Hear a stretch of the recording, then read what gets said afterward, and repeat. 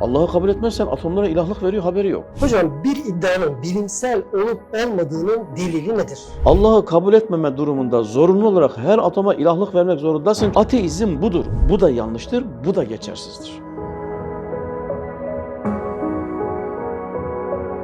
Hocam bir iddianın bilimsel olup olmadığının delili nedir? İki türlüdür. Eğer bu sayısal bilimler, fen bilimlerine ait ise mutlaka kanun haline gelip değişmezliğinin izahı gerekir, değişmezliğinin gösterilmesi gerekir. Eğer sosyal bilimler gibi deney alanında değilse muhalifinin çelişkisinin gösterilmesi gerekir. Mesela deney alanına dahil olmayan Allah'ın varlığı meselesi bilimsel mi değil mi? Bu sosyal bilim alanına dahil olduğu için burada neye bakılır? Allah'ı kabul etmeme durumunda neyin kabul edilmek zorunda kaldığına bakılır. Eğer Allah'ı kabul etmiyorsa Allah'a ait olan tüm sanatın atomlara verilmesi lazım geldiğinden atomlar sayısınca ilahı kabul etmek zorunda kalır. Dolayısıyla mantıken sosyal bilimlerde bir şeyin zıttının çelişik olması durumunda o hükmün doğruluğuna karar verilir. Şimdi bir şeyin bilimsel olması fen bilimlerinde kanun haline getirilmesiyle, tekrarlanabilmesiyle, tekrarlandığında aynı sonucun alınmasıyla ölçülür. Yani belirlenir. Yani bir şeyde fen bilimlerinde bir şey bilimsel mi? O zaman o şartları belirler. O şartlar içinde tekrar edildiğinde aynı sonucun verilmesiyle ona bilimsellik damgası vurulur. Usul budur. Dolayısıyla fen bilimlerinde değişmezliğin gösterilmesi gerekiyor. Değişmezlik de şartlarının belirlenmesi ve tekrarlanabilmesi ve tekrarlandığında aynı sonucun verilmesiyle belirlenir. Bu durumda bilimsel olur.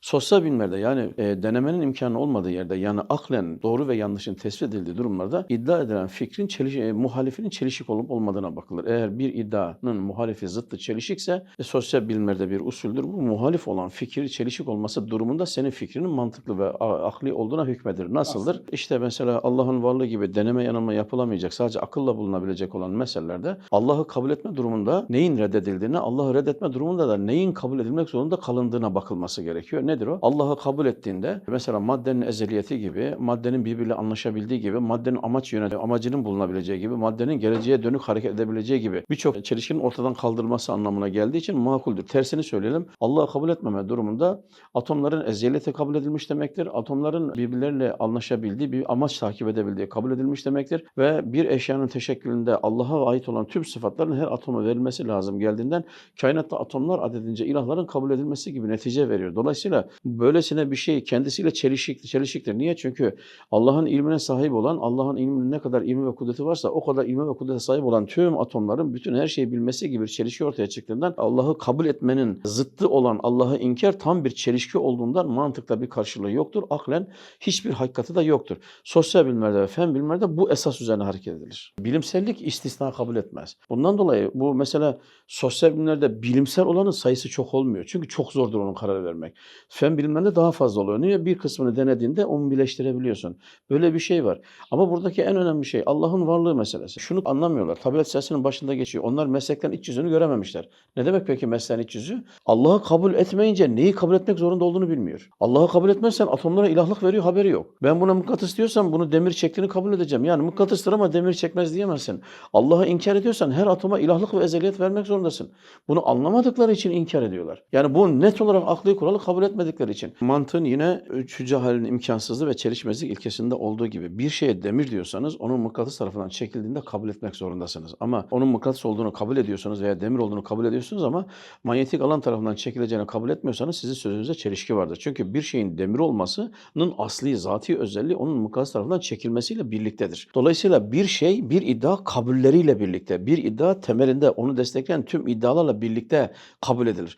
Yani sen eğer güneş var diyorsan güneşin madde olduğunu da kabul etmek zorundasın. Mesela güneşin işte ısı verdiğini de ışık verdiğini de kabul etmek zorundasın. Yani o şeyin varlığına bağlı zorunlu özellikler vardır, sıfatlar vardır. Onu da birlikte kabul ediyorsun. Şimdi buradaki ateizmin yaptığı hata net olarak şudur. Ateizm şu hatayı yapıyor. Nedir o? Bir şeyi kabul ettiğinde neyi reddetmek zorunda kaldığını, bir şeyi reddettiğinde de neyi kabul etmek zorunda olduğunun farkında değil. Açık ve net olarak söylüyoruz ki işte buna mıknatıs diyorsan bunun demir tarafından çekildiğini de kabul etmek zorundasın. Mıknatıs olduğunu kabul ediyorum ama bunun demiri çektiğini veya demir tarafından çekildiğini kabul etmiyorum deme hakkı yoktur. Dolayısıyla bu noktadan, bu örnekten hareketle söylüyorum ki örnek anlaşılsın diye verdim. Allah'ı kabul etmeme durumunda zorunlu olarak her atoma ilahlık vermek zorundasın. Çünkü ortada kainat gibi, insan gibi, canlı gibi, hayvan gibi, bitki bir mamül var. Ve bu mamülün meydana gelmesi ise gaye takibine bakar. Yani bir yumurtanın içinde, dikkat edelim buraya, altını çizerek söylüyorum. Bakın bir yumurtanın içinde kuşun gözü vardır ama yumurtanın içinde gözün işe yarayacağı bir dünya yoktur.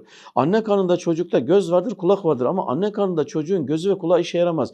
Burada aşikar ki anne karnında teşekkül ettirilen o çocuk anne karnından sonraki dünya hesaplanarak şekillendirilmiştir. Öyleyse bulunduğu ortamdan sonraki zaman için bir şeyin şekillendirilmiş olması demek denen amaç takibi akıllı olmayan, şuur olmayan atomlara hamledildiğinde onlara yumurtanın içini de anne karnının içini de gördüğünü ve onu şekillendirdiğini kabul etmek lazım gelir. Dolayısıyla Allah'ı inkar etmek tüm atomlara ilahlık vermekle mümkündür.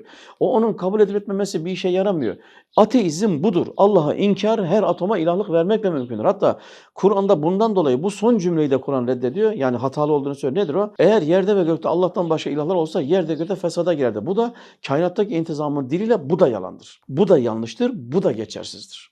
Bu video sana faydalı geldiyse daha fazla insana ulaşabilmemiz için beğenebilir, paylaşabilir ve abone olabilirsiniz. Unutma, hayra vesile olan hayrı yapan gibidir.